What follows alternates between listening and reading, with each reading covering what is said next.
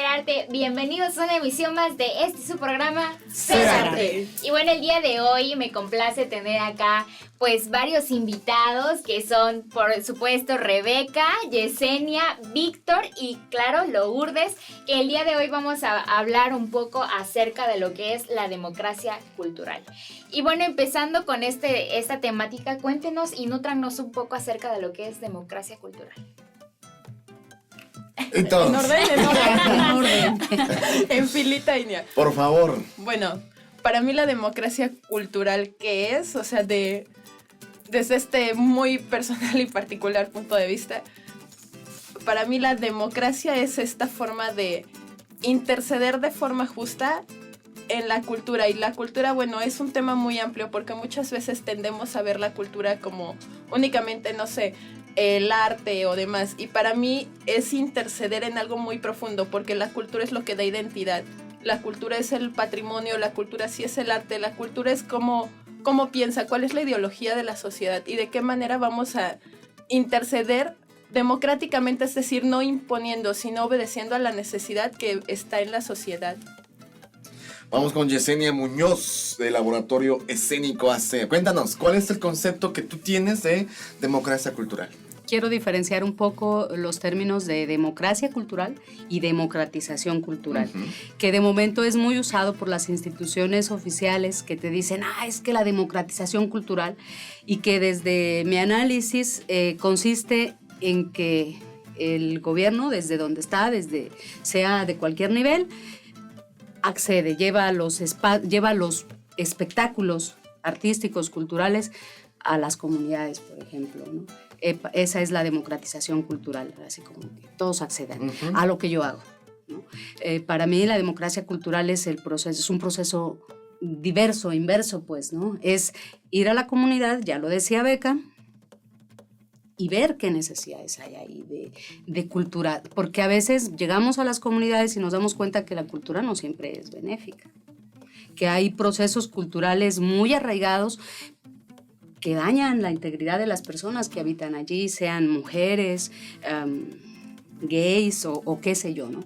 Esa es la diferenciación, como para que vayamos entendiendo, nace la cultura, la hacemos nosotros porque es nuestra necesidad, o accedemos a lo que otros vienen y nos presentan, como para ir diferenciando como las concepciones. Ok, vamos con Víctor Chi, narrador oral. Bienvenido. Muchísimas gracias por el espacio y bueno, yo creo que tenemos que ir todavía más a la raíz. Antes de hablar de democracia cultural, tenemos que tener en claro también que hay derechos culturales. O sea, hay que partir del derecho que tiene todo ser humano, hombre, mujer, a la cultura y a las diferentes manifestaciones culturales, ¿sí? Partamos de eso como un proceso de desarrollo como tal.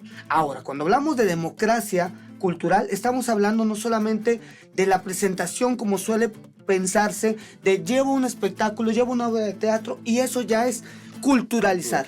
Ojo, cuando hablamos de democracia, estamos hablando de también la participación. Estamos hablando de un círculo que tiene que partir de donde se dan las manifestaciones culturales. Y estamos hablando que, como bien decían las compañeras, la cultura está en todos lados. Cualquier situación de vida como tal es cultura. Pero ¿cómo participamos en la sinergia de la cultura? Tenemos que ver también estos procesos en los que logramos decir, es que es cultura culta. Eso no es cultura, es artesanía. Eso es folclore. También las diferentes formas de discernir y discriminar también las situaciones. Cuando hablamos de democracia cultural, yo creo que viene la pregunta fundamental. ¿Es un concepto solamente vano? ¿Es un concepto que están manejando las nuevas políticas públicas como moda, como cuando hablamos de lo comunitario? ¿O realmente es algo en donde se tiene que hacer partícipe desde la base, desde la ciudadanía hacia arriba? O sea, tenemos un gran problema en México con las políticas públicas que hasta el momento no han sido prácticas democráticas. O sea, por ejemplo, estamos viendo algunas buenas intenciones de los gobiernos en donde se hacen consultas, ¿no? Pero se hacen consultas que son a veces de forma muy reduccionista. Se hacen solamente entre las élites de creadores, se hacen solamente en la ciudad y no se hacen, como decían, en las comunidades, no se hace en el barrio. no se hace en los jardines, se le pregunta al artista, pero no se le pregunta al niño. No se le pregunta a la niña, no se le pregunta al de la tercera edad, no se le pregunta a los públicos específicos. Cuando hablamos de democracia cultural, entramos en un dilema. ¿Qué es democracia como tal? Es como las elecciones en donde solamente nos dan a elegir entre amarillo, verde, tricolor, o rojo, o realmente es toda la gama de posibilidades culturales. Entonces, a partir de eso, tenemos que hacer un ensayo de una reflexión de, primero, derechos culturales se están llevando a cabo, se están garantizando en nuestro país para poder hablar si todavía podemos realmente atisbar una democracia cultural. Muy bien, gracias Víctor Chip. Continuamos con Lourdes Becerra, por favor, de Observatorio de Políticas Culturales de la Universidad Veracruzana. Gracias. La democracia cultural yo la concibo, y desde la manera en cómo la estamos concibiendo en el observatorio, como las condiciones ideales del ejercicio de los derechos culturales como derechos humanos. ¿Esto qué quiere decir? El poder tener la capacidad y las condiciones, las dos cosas, la capacidad y tener las condiciones de poder decidir, ya sea como individuos o como colectividades que podemos organizarnos como una asociación civil, como una fundación, como un grupo de amigos, un grupo de vecinos, de decidir sobre cómo queremos vivir en el espacio público e inclusive el poder decidir no participar de esa vida comunitaria, que también es parte de nuestro derecho. Es en esta idea de las condiciones del ejercicio de los derechos culturales como individuos o como colectividades, atravesamos lo que han comentado los compañeros, la diversidad, ¿no? La pluralidad. Creo que en esta diversidad, en esta pluralidad, las condiciones deben tener un piso parejo para el ejercicio de derechos culturales. Es decir, que tanto derecho debe tener el barrio de tener una cancha de básquet, de tener espacios verdes, como la zona residencial de también tener sus espacios, ¿no? Y creo que ese es el punto de la democracia cultural, el tener un piso parejo para todas las personas y particularmente para las personas que se encuentran en situación de exclusión, en situación de marginación por sus propias condiciones sociales, culturales y sus propias condiciones humanas, ¿no? Creo que en ese sentido las políticas culturales en el ideal deberían de asegurar precisamente tener ese acceso equitativo, una equidad, una posibilidad de acceder a esas capacidades de desarrollarnos en todas las formas en que cada comunidad desea vivir y desea desarrollarse y explorar nuevas formas, incluso de ser en cuanto al arte, en cuanto al patrimonio, a cuanto al medio ambiente, bueno, todas las posibilidades, ¿no? Yo creo que nos queda bastante claro, amigos de Ser Arte, los que nos acaban de sintonizar, estamos con grandes expertos del tema del día de hoy, que es una plática a modo de contribuir para que podamos entender qué es la democracia cultural. Y lo hemos estado abordando en estos momentos. La democracia es que todos podamos tener las mismas oportunidades y todos podamos disfrutar de muchos aspectos y muchas, pues sí, oportunidades para que todos podamos convivir. Y la cultura es, como lo decía Beca, lo que nos identifica. Pero hay algo que concuerda, hay algo que hay un punto importante que concuerdan ustedes dos, Lourdes y Víctor, en que antes de empezar con la democracia cultural debemos de basarnos en los derechos culturales. ¿Cómo son esos derechos culturales y cómo es que surgen para darle pie a la democracia cultural? Bien, los derechos culturales forman parte de los derechos humanos. Y aquí yo creo que es muy importante comprender que la democracia cultural implica el ejercicio efectivo de los derechos humanos. Es decir, no podemos entender el derecho humano a la cultura si no entiendo el derecho humano a la libertad de expresión, por ejemplo, ¿no? Se acompañan, ¿no? Si no tengo yo garantías de ejercer mi derecho a la libertad de expresión, pues tampoco tengo garantías para ejercer mis derechos culturales. Y no puedo yo tener condiciones para una educación adecuada, flexible a mis condiciones culturales y sociales, tampoco tengo entonces la posibilidad de expresarme libremente de la mejor manera y de comprender cuáles son mis capacidades, por ejemplo, de tipo artístico, de tipo patrimonial, de tipo ambiental.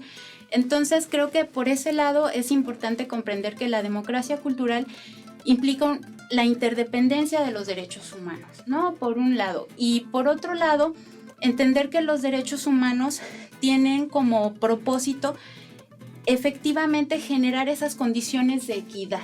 Ese es, yo creo, uno de los propósitos más importantes de los derechos culturales, generar condiciones de equidad, de interdependencia de todos los derechos humanos.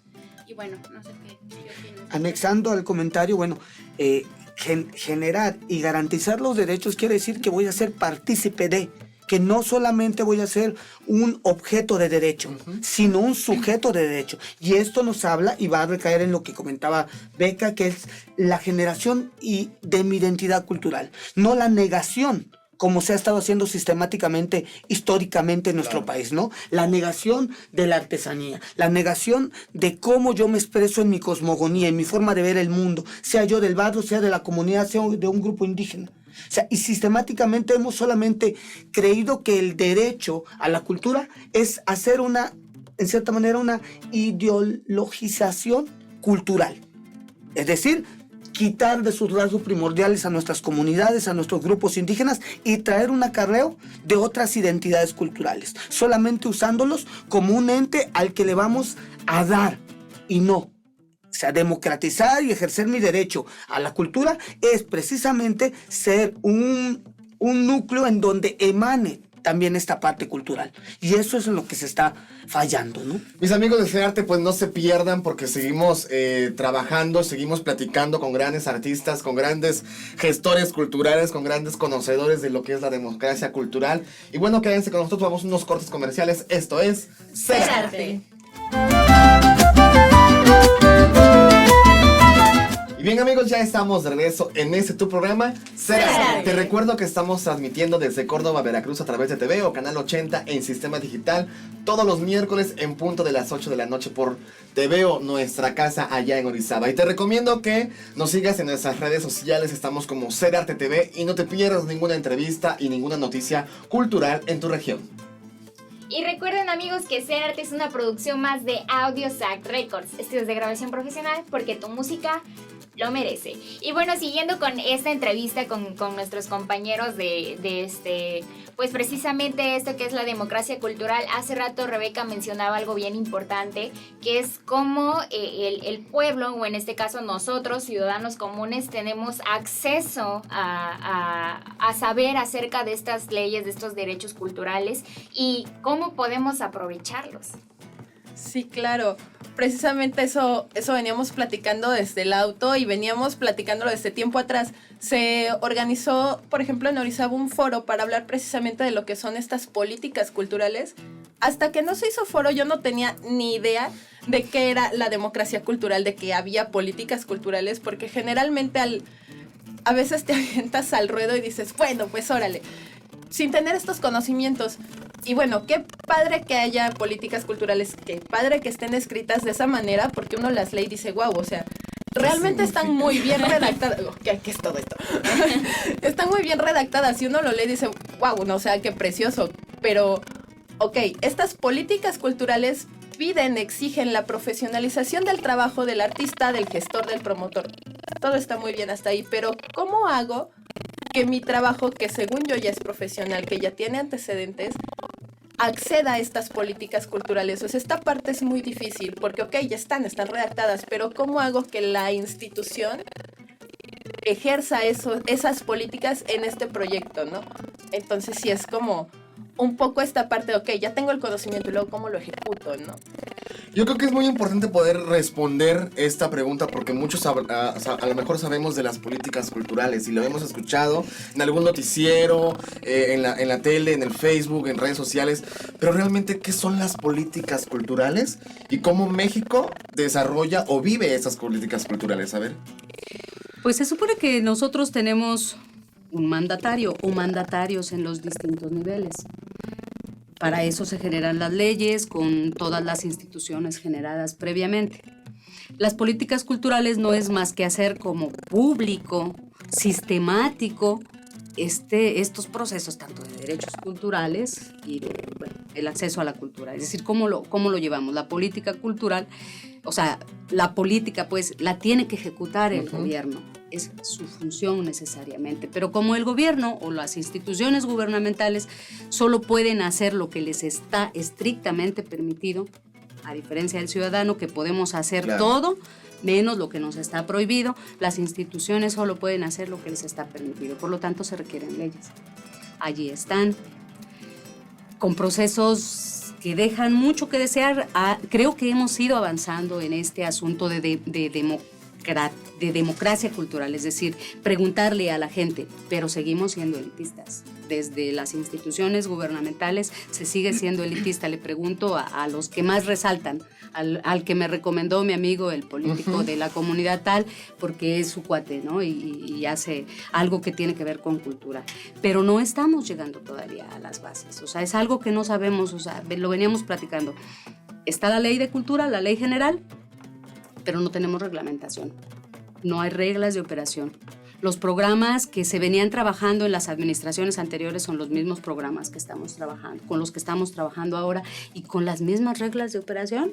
Digo, el Laboratorio Escénico en este momento es beneficiario del programa de fomento a proyectos y coinversiones culturales. Llevamos el tercer evento del programa y hasta este momento no ha bajado el recurso, ¿no? Entonces, de momento, eso tiene que ver con las políticas culturales. ¿Cómo aplicas ese mandato que se te está diciendo que eres garante, que tienes que ser garante de los derechos humanos, no solo los culturales, los derechos humanos, entre ellos lo que nos atañe a nosotros, culturales, ¿no? Yo tengo un matiz, antes de dar la palabra a Víctor, respecto a esto. Yo creo que coincido en la idea de una serie de acciones sistematizadas, ¿no? Las políticas públicas en general consisten en esto, una serie de acciones sistematizadas que buscan, en el caso de las políticas culturales, atender situaciones, demandas, transformar una realidad que se considera de tipo cultural. Pero creo que la ejecución de las políticas culturales tiene que ser de carácter público. Yo no creo que deban solamente corresponder al gobierno. ¿En qué sentido? Creo que el gobierno debe de garantizar las condiciones para que se realicen y se ejecuten las políticas públicas. ¿Qué ocurre cuando a alguien que es narrador, si llega a lo mejor un niño a su casa y le dice, mamá, yo quiero ser narrador oral? ¿Qué le va a decir? Bueno, ¿y eso qué? O sea, ¿dónde o cómo? ¿No? Sí, o sea, exactamente a qué hambre. Ajá, ¿no? Claro. Pues ya me cuentas muy buenos cuentos, mijo. Para eso no necesitas ir a la escuela. Piensa en algo real, ¿no? O en una carrera real.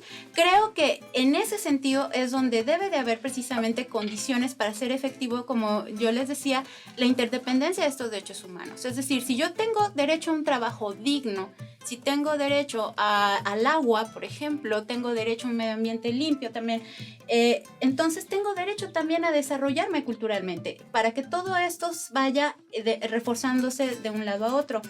Creo que en ese sentido no hay que dejar de lado que también hay entidades de tipo privado, las empresas, ¿no? Pero creo que no hay que pensar solo en las grandes empresas que pueden ser la Corona, o bueno, perdón por el comercial, pero cualquier empresa que se puedan ustedes imaginar grande. Es decir, hay pequeños emprendedores que dinamizan localmente de manera muy importante las regiones, ¿no? Creo que allí es donde está también la idea de poder articular este ejercicio de derechos culturales y el Estado garantizar que todo aquel que desee desarrollar o vivir precisamente de un trabajo relacionado a las artes, a la cultura, pueda vivir dignamente y pueda ser reconocido su trabajo. Eso también es parte de los derechos culturales y de las garantías que deben estar claras desde proyectos y programas de gobierno. Hay algo muy importante que me llama la atención, maestro Víctor. ¿Cuál es la respuesta a la pregunta de ahorita? Mira, hay que hablar, cuando hablamos de políticas públicas, ver dos esferas. La esfera ideal y la esfera real. O sea, cuando hablamos de políticas públicas de todo tipo, ecológicas, culturales, de justicia, México es uno de los países que más legislaciones tiene. Y estamos hablando de una manera, quien lea nuestra Constitución y nuestras cosas dicen, qué país tan hermoso. El gran problema de las políticas públicas en México es que en el 90% no se ejecutan de forma real. Las políticas públicas culturales en México son totalmente elitistas, son totalmente alejadas de una real vinculación con la vida del que anda a pie. O sea, público televidente, yo te pregunto, en tu comunidad, ¿cuántos espectáculos se han llevado en estos 6 meses? Yo te pregunto, por ejemplo, ¿tú participas? ¿Has creado algo? ¿Has participado en algún taller? ¿Cuántas veces te han preguntado qué espectáculos te gustarían? ¿De qué te gustaría que pintaran? ¿Qué murales? ¿Te han ido a leer poesía en tu casa? ¿Tus hijos en la escuela o en algún otro espacio público reciben fomento a la lectura? Esos son derechos fundamentales de políticas públicas. Tan mal ha sido la ejecución de estos mecanismos que debería garantizar el Estado, que realmente muchas ACES, muchas ONGs están haciendo el trabajo de políticas públicas. Incluso una que otra empresa socialmente responsable para deducir impuestos, para hacer lo que quieran, pero están haciendo un trabajo que realmente no se está garantizando por el Estado. El Estado tiene que crear, ya dijimos, el Estado, las condiciones ideales, presupuestos, mecanismos, pero también dentro de la democracia cultural, condiciones óptimas para que todos los creadores, artistas, puedan incluirse en este trabajo de políticas públicas. Y estamos hablando de que si no estudiaste en una gran universidad, que si no tuviste un gran maestro, que si no fuiste a una universidad extranjera, o si eres de comunidad y solamente haces lo que mal se llama artesanía, no entras dentro de estas políticas públicas. Vemos programas que realmente es como mal se dice, pero se entiende, que tienen vacas sagradas. Tal pianista, tal escritor, tal no sé qué. Pero hay una infinidad de gente de a pie que está haciendo realmente efectivos los derechos culturales, no solo de él, sino también de su comunidad. O sea, venimos de una estancia artística en Comalapa 2, en donde en la sierra llevaban más de 20 años que ni siquiera los visitaba un presidente municipal. Si ni siquiera los visita un presidente municipal, ¿cómo podemos pensar que tiene políticas públicas culturales efectivas? Si a la comunidad misma no se le ha preguntado qué es lo que necesita. Si la comunidad misma y sus manifestaciones culturales, llámese leyendas, llámese herbolaria, llámese saberes comunitarios, se le ha tomado en cuenta. O sea, no podemos hablar de democracia cultural y políticas públicas efectivas sin la participación de todos. Sin duda un tema muy, muy interesante y que nos gustaría mucho profundizar porque nos interesa a todos como sociedad, porque esto es lo que nos identifica, eso es lo que nos da las aperturas para que nosotros podamos gozar de una cultura sin opresión, con libertad. Pero vamos a unos cortes comerciales. Quédate con nosotros, esto es Ser Arte. Estamos de regreso en tu programa Ser Arte. Y bueno, continuando con esta charla de democracia cultural, yo hace rato tocábamos un tema bien importante que es que las necesidades del México de antes no son las mismas necesidades del México de ahora, ¿no? Hablábamos de que, por ejemplo, en los años 40 existía este estado benefactor que pues económicamente y en varias formas, también en la forma de difusión, apoyaba estos proyectos culturales, pero después pues va cambiando, ¿no? Como todo, en los años 70 pues viene lo que es el neoliberalismo, que es totalmente algo diferente. Dicen, ¿sabe qué? Ya no vamos a invertir tanto en cultura. Entonces, la gente se quedó como que con esa idea de que las cosas deben de ser gratuitas, ¿no? Y el gobierno sigue pidiendo las cosas gratuitas y entonces el artista ¿qué gana? Entonces, mi pregunta es, ¿cuáles son las necesidades del México actual en cuanto a la forma del pueblo de aportar como del gobierno? Yo creo que una de las principales necesidades es que realmente el pueblo sea escuchado. Lo que les mencionaba hace rato, ¿no? O sea, tanto por parte del funcionario que está a cargo de la cultura, tanto del artista, del gestor cultural, como yo como gestora cultural me voy a asegurar de que el artista que voy a plantar, obedeciendo ya una necesidad, no se va a parar en un podio y realmente va a haber este acercamiento con la gente, realmente se va a cubrir una necesidad. Como el funcionario va a ejecutar realmente un proyecto que obedezca a la necesidad de su pueblo si el funcionario está en su oficina encerrado.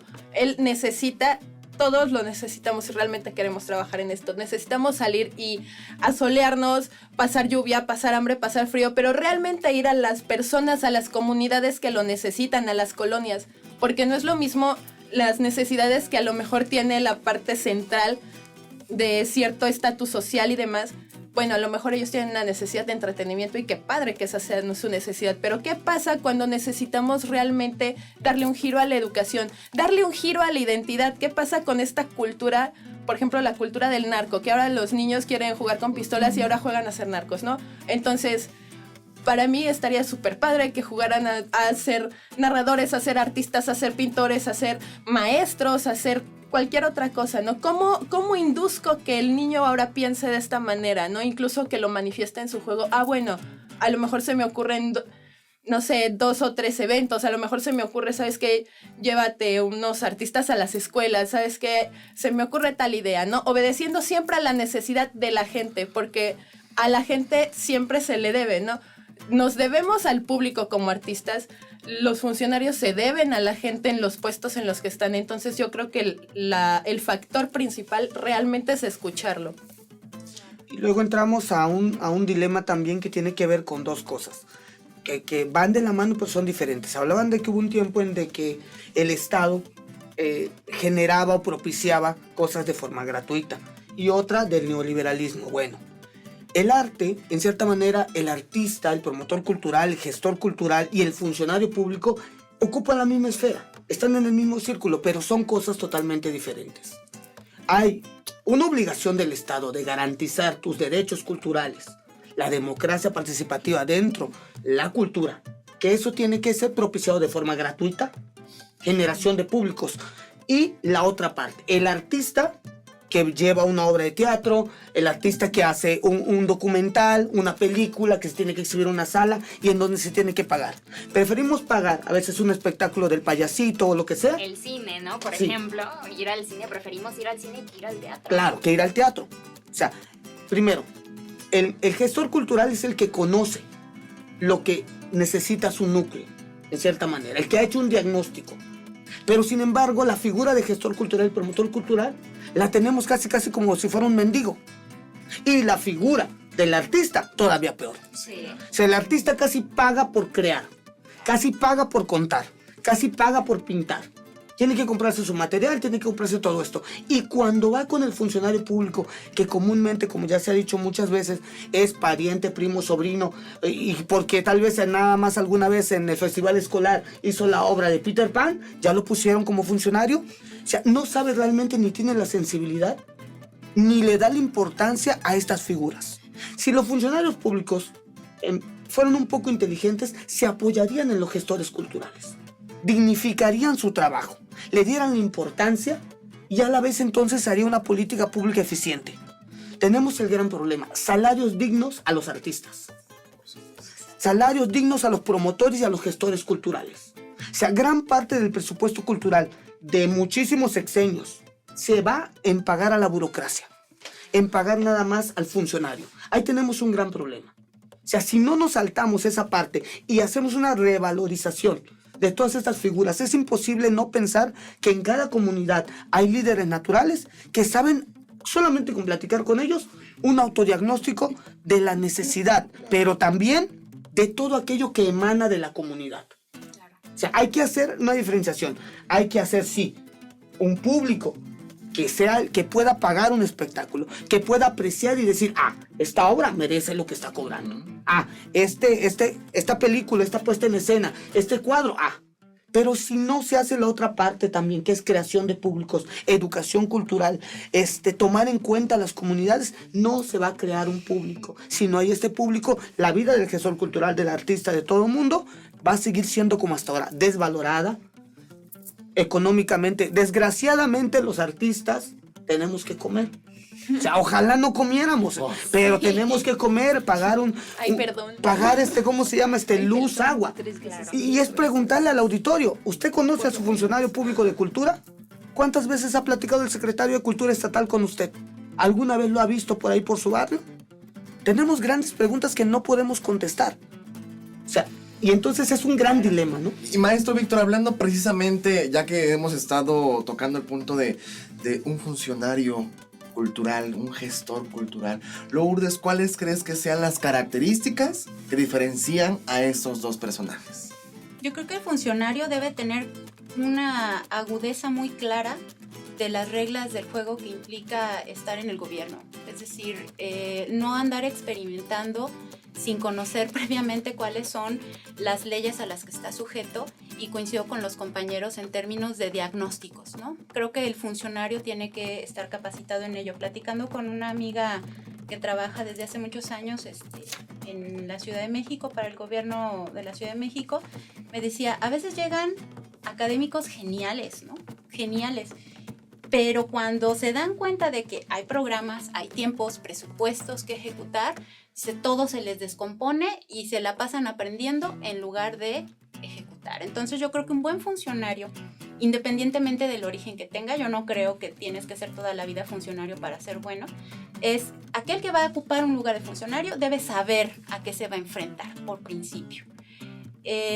Tiene que conocer precisamente diagnósticos de los que hablaban los compañeros. Es decir, un buen funcionario de cultura debería de saber cuántos proyectos ciudadanos están realizando, cuántas empresas culturales hay en tu distrito si eres diputado, si eres alcalde, cuántos centros culturales independientes o no gubernamentales, cuántos proyectos ciudadanos y gubernamentales están realizando, cuáles son las redes que están tejiendo los ciudadanos. Creo que ese debería de ser uno de los perfiles.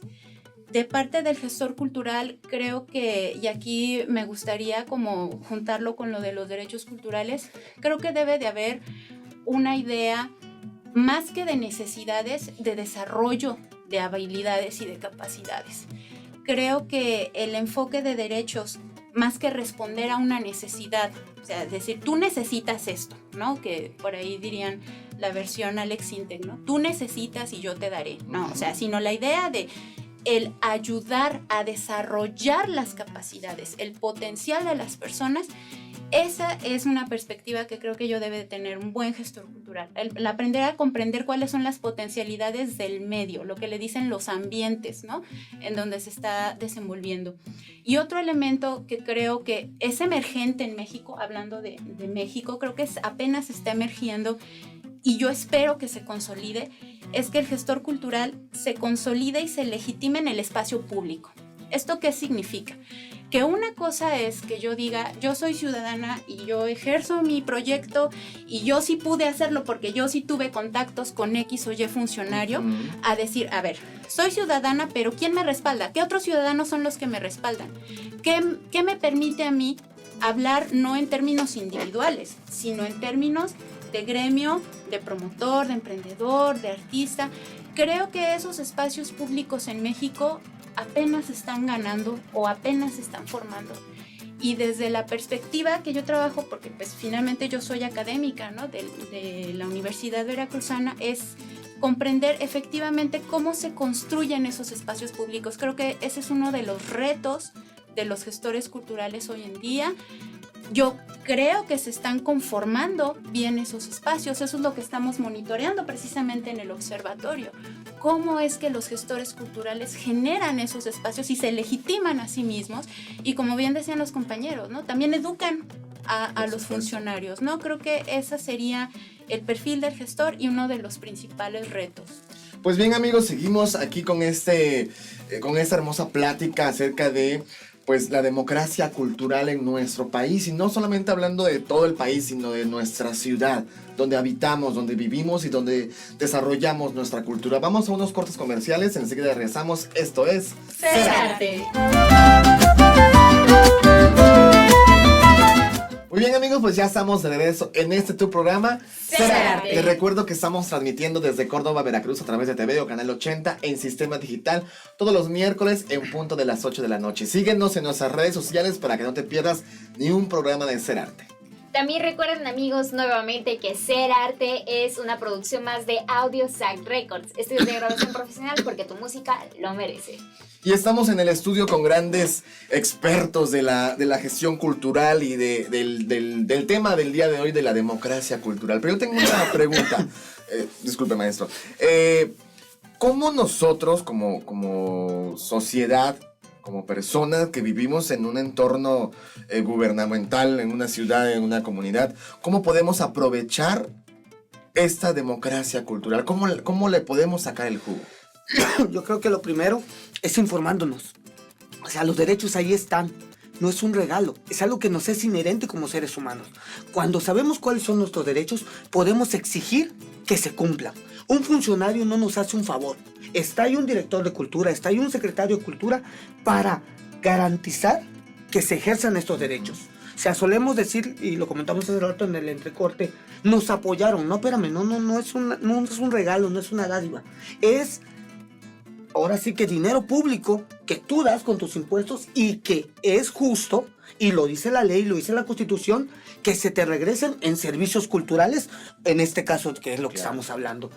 Yo creo que lo primordial es eso. Lo segundo es que seamos partícipes activos de los procesos, que tengamos que opinar, que acudamos al teatro, que acudamos a la galería. ¿Cuántos?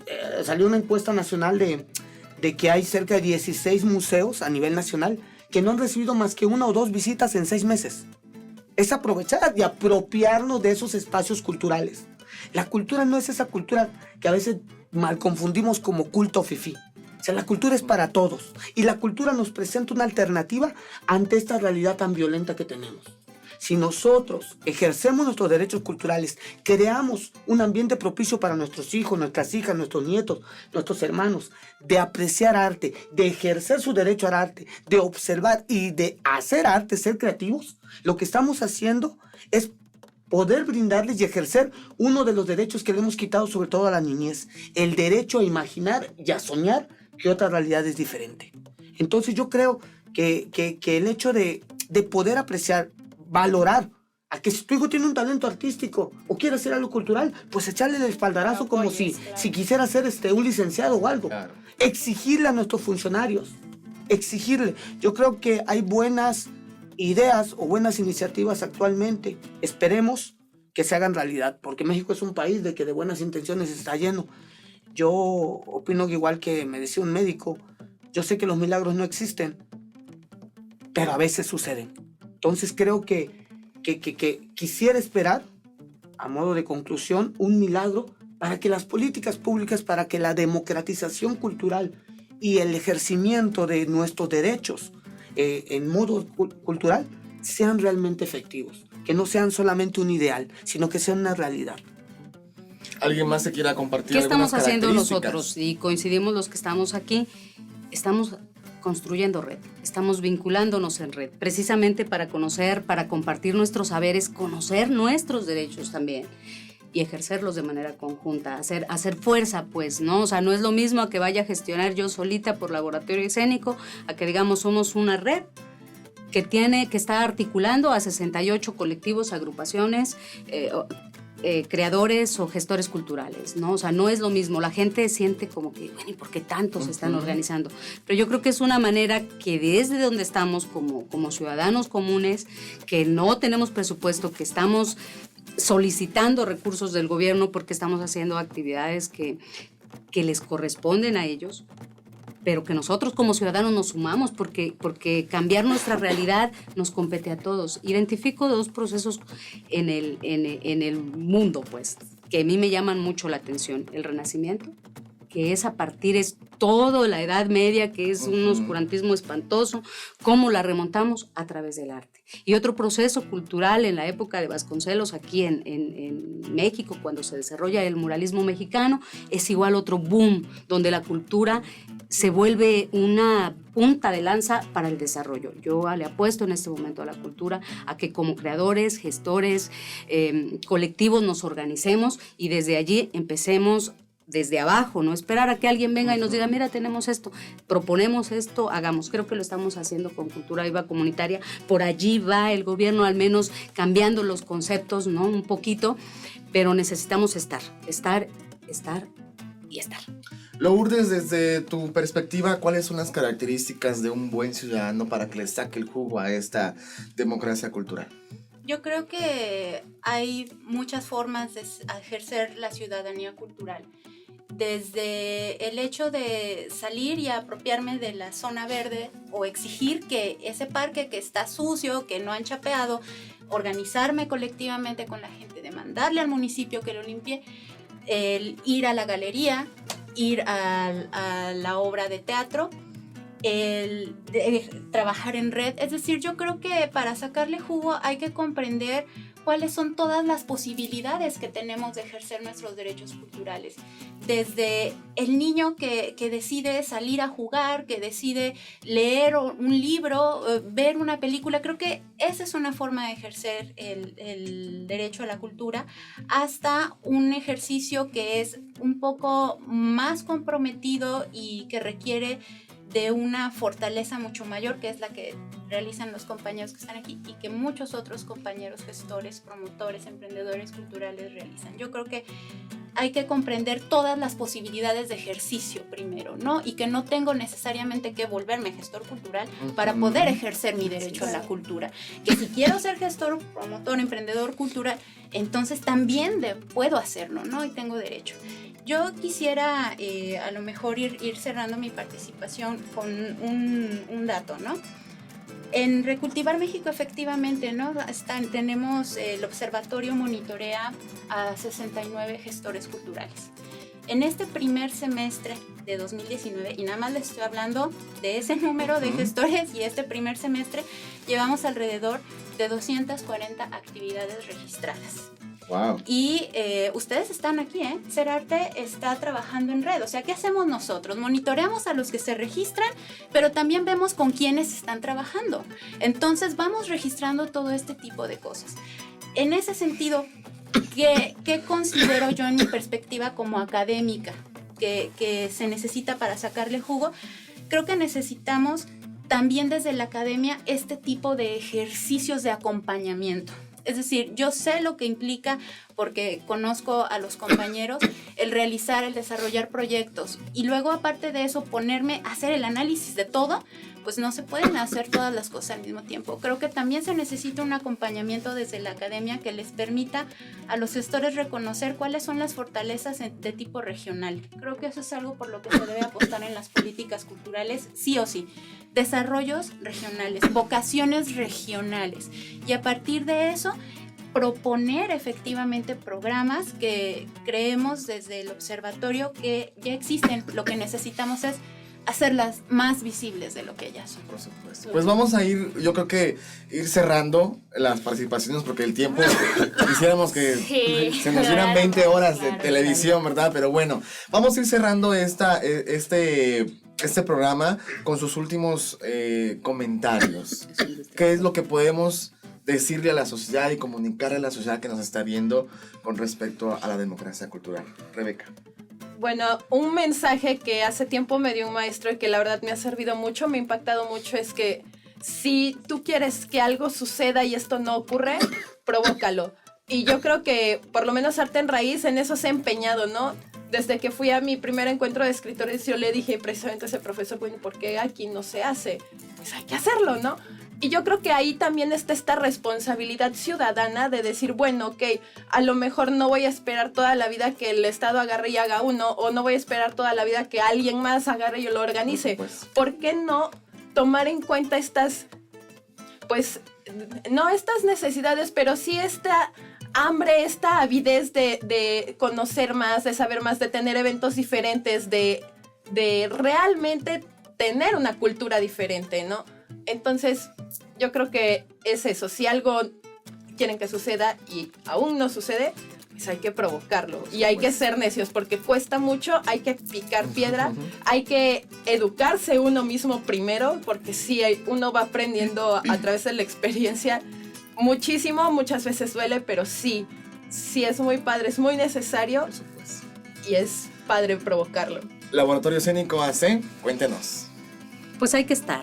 O sea, para ser partícipe de las políticas públicas, no solo en materia cultural, sino en cualquier área, hay que estar. Tenemos que interesarnos en nuestro barrio como nos interesamos en nuestra casa. Hay que interesarnos en nuestro barrio, en nuestra comunidad, en nuestra ciudad, en nuestro estado y en nuestro país para poder hacerlo. Si estoy nomás criticando a ver qué hacen los otros, pues está bien. para el otro, porque tiene experiencias y retroalimentación.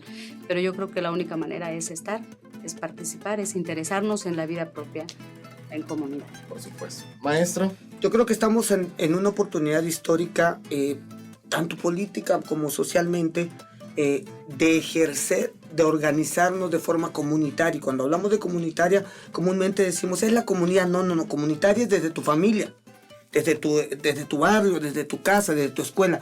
Organizarnos, ¿para qué? Para participar, para exigir, para realmente ser agentes de cambio de este proceso de democratización, tanto como público, como artista, como gestor, como funcionario. Es ahora o nunca. Estamos dejando pasar muchísimas oportunidades y estamos dejando que este país se vaya a la deriva. Y no podemos ya seguir pareciendo como esos barquitos de papel que hacemos cuando cae la lluvia. Porque tarde o temprano, si solamente vivimos en la indiferencia, no solamente en lo cultural, en lo económico, en lo social, nos vamos a ir a la deriva. Entonces yo creo que la participación. Lourdes, ¿algo más que quieras anexar? Sí, yo creo que los espacios de comunicación y de intercambio de información deben ser fundamentales. Creo que, y voy a cerrar con esto insistiendo mucho en que en la medida en que los ciudadanos nos legitimamos desde nuestra propia actividad en el espacio público, ganamos muchísimo, porque siempre va a ser sospechoso el que quiere hacer algo por los demás. Dice uno, está buscando, ¿qué quiere? ¿No? Algo busca, Algo quiere, huesito. algo quiere. Claro. Entonces creo que en la medida en que aprendamos a construir espacios donde nos estemos legitimando y digamos, sí, esa persona puede representarme porque hemos hablado, hemos comunicado la información y tenemos efectivamente estas coincidencias, podremos seguir trabajando desde el ejercicio ciudadano y articulando ciudadanos, iniciativa privada y gobierno. Creo que ese es el punto. Y bueno, lamentablemente hemos llegado al final de esta emisión. La verdad es que me hubiera gustado quedarme un ratito más, pero pues este no va a ser el último programa, apenas es el comienzo de una serie de programas en donde vamos a estar hablando y charlando un poco más acerca de esos temas. La verdad es que agradezco la presencia de todos ustedes, fue una plática muy amena, muy nutritiva realmente y algo que era necesario saber, ¿no? Entonces, amigos, recuerden, no se pierdan su programa Ser Arte todos los miércoles en punto de las 8. Esto es Ser Arte.